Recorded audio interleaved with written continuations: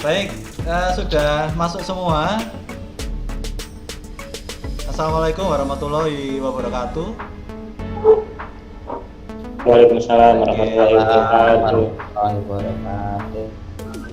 Iya, apakah Nurin? Ini ada masuk dua ya? Oh iya, boleh, silakan. Baik, semua sehat semua nggih? Ya? Alhamdulillah sehat, Pak. Alhamdulillah, Pak.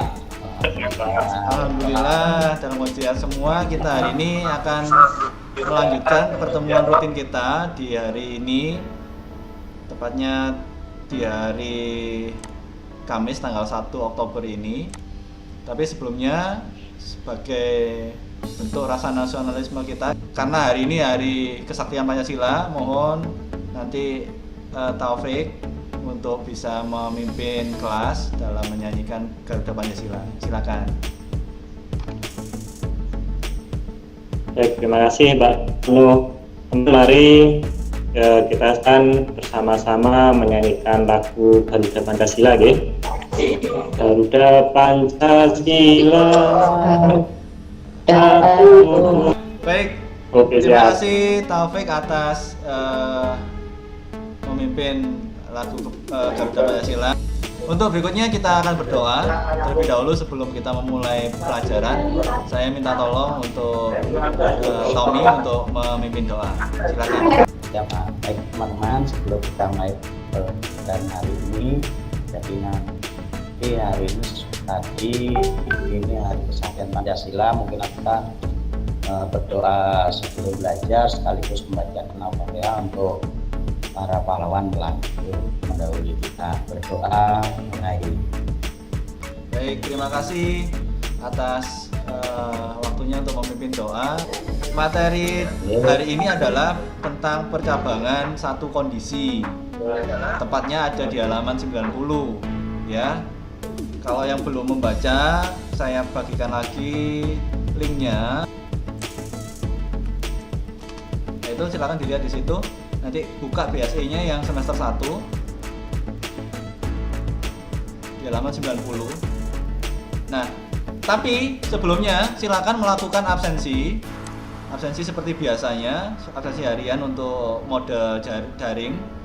Saya bagikan kembali ya itunya, absensinya. Ini link absensinya yang bisa kalian isi di sini.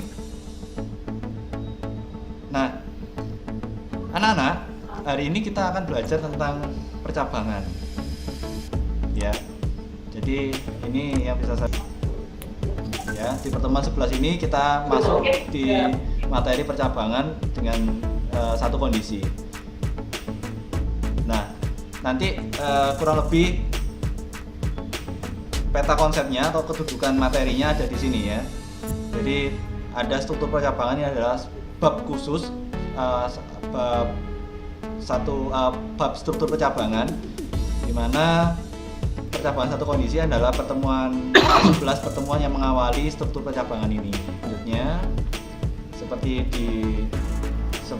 biasanya, bahwa kompetensi dasarnya yang untuk pengetahuan kalian nanti bisa menerapkan struktur kontrol percabangan dalam bahasa pemrograman. Seperti biasa juga kita akan menggunakan MIT Inventor nantinya. Percabangan di MIT Inventor atau percabangan di pemrograman pada umumnya bagaimana nanti akan disampaikan. Kemudian membuat kodenya tentunya di struktur program kontrol percabangan. Kemudian tujuan pembelajarannya, jadi banyak permasalahan percabangan yang terjadi di kehidupan sehari-hari itu dengan yang kita bisa pecahkan dengan percabangan. Terus kemudian struktur percabangan ini, kemudian menggunakannya. Nah, ini siapa yang nggak punya Facebook di sini? Punya semua? Halo? Punya, Pak? Punya, Pak? Ya, punya ya. Punya. Pertanyaannya begini, apakah kalian pernah bertanya dalam diri kalian bahwa Facebook atau yang lainnya kalau kita melakukan login itu setelah login, nah apakah kalian pernah bertanya enggak gini, kok bisa ya? Kok bisa ya? Kok masuk ke halaman kita, nggak nyasar ke halaman orang lain begitu? Ada nggak pernah yang bertanya seperti itu?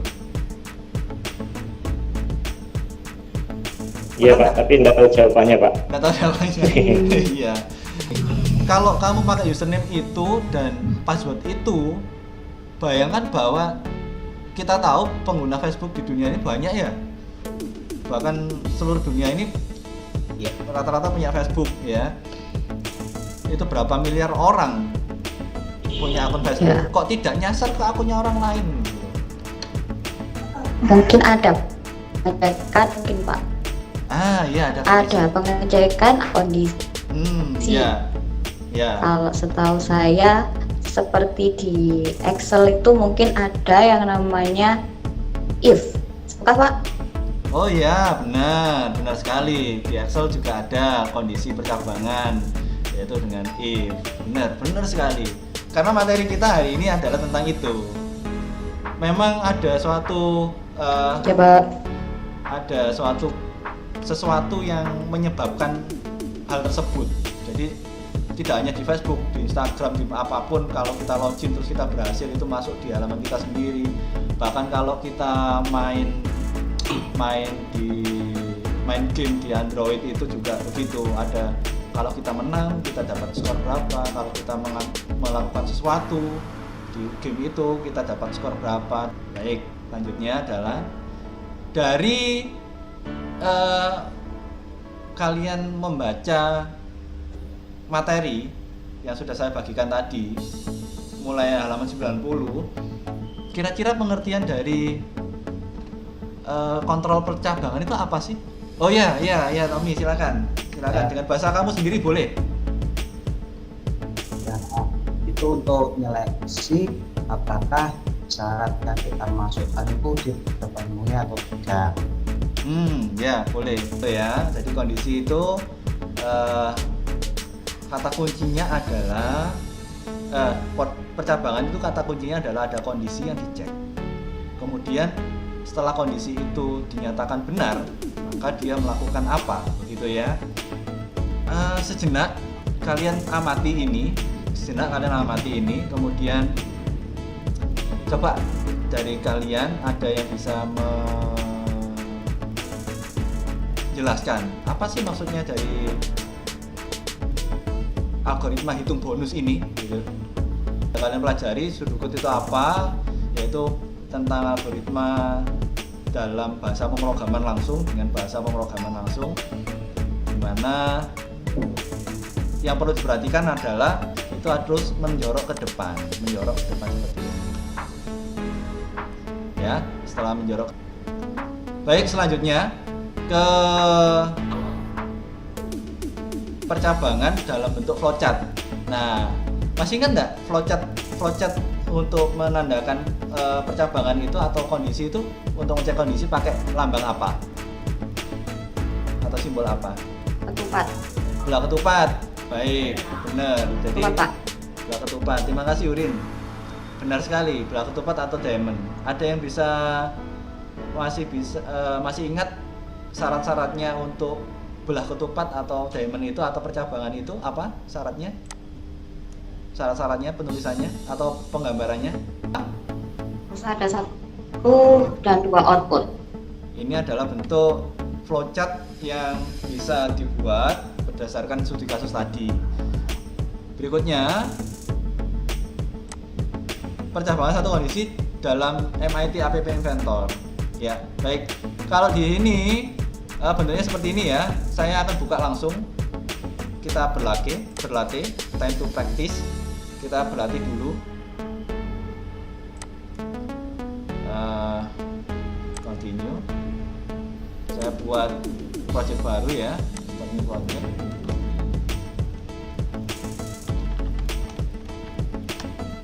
Baik, setelah membuat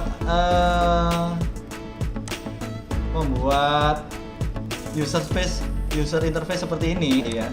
Kemudian kita langsung masuk ke if-nya itu ada di built-in di control. Nah, ini kita gunakan if control. Nah, ini ada tanda biru. Tanda biru ini untuk nanti kalau ada else if atau percabangan lebih dari satu kondisi nanti kita gunakan di pertemuan selanjutnya. Kita cek langsung. Ya, dari situ apakah ada pertanyaan? Pak. Itu Pak, enggak. Baik, kalau tidak nanti akan saya bagikan lembar kerja kegiatan kalian, LKS kalian atau LKPD kalian di grup Edmudo. Jadi kita nanti lebih berdiskusi lagi di grup Edmudo itu karena terbatas waktu pertemuan kita ini ya. Tapi sekali lagi saya tanya, apakah ada pertanyaan? Cukup ya. Kalau nanti memang ada pertanyaan karena keterbatasan waktu, karena waktu kita sudah habis, nanti kita akan diskusi lebih lanjut di Edmudo ya. Ya. Baik. Tugasnya dikumpulkan kapan Pak? Tugasnya nanti hari ini juga, hari ini maksimal nanti pukul 23.59. Terima kasih. Saya rasa cukup sekian. Nanti untuk kesimpulannya akan saya sampaikan juga pertemuan kita hari ini di Edmudo, di kelas Edmudo kita ini ya. Juga sudah saya buat post baru. Silakan diskusi di situ di pertemuan 11 percabangan satu kondisi. Silakan aktif di situ. Saya rasa cukup. Terima kasih atas perhatiannya. Tetap jaga kesehatan dan tetap semangat dalam belajar ya. Terima kasih, saya tutup. Assalamualaikum warahmatullahi wabarakatuh. Waalaikumsalam warahmatullahi wabarakatuh. Waalaikumsalam warahmatullahi wabarakatuh.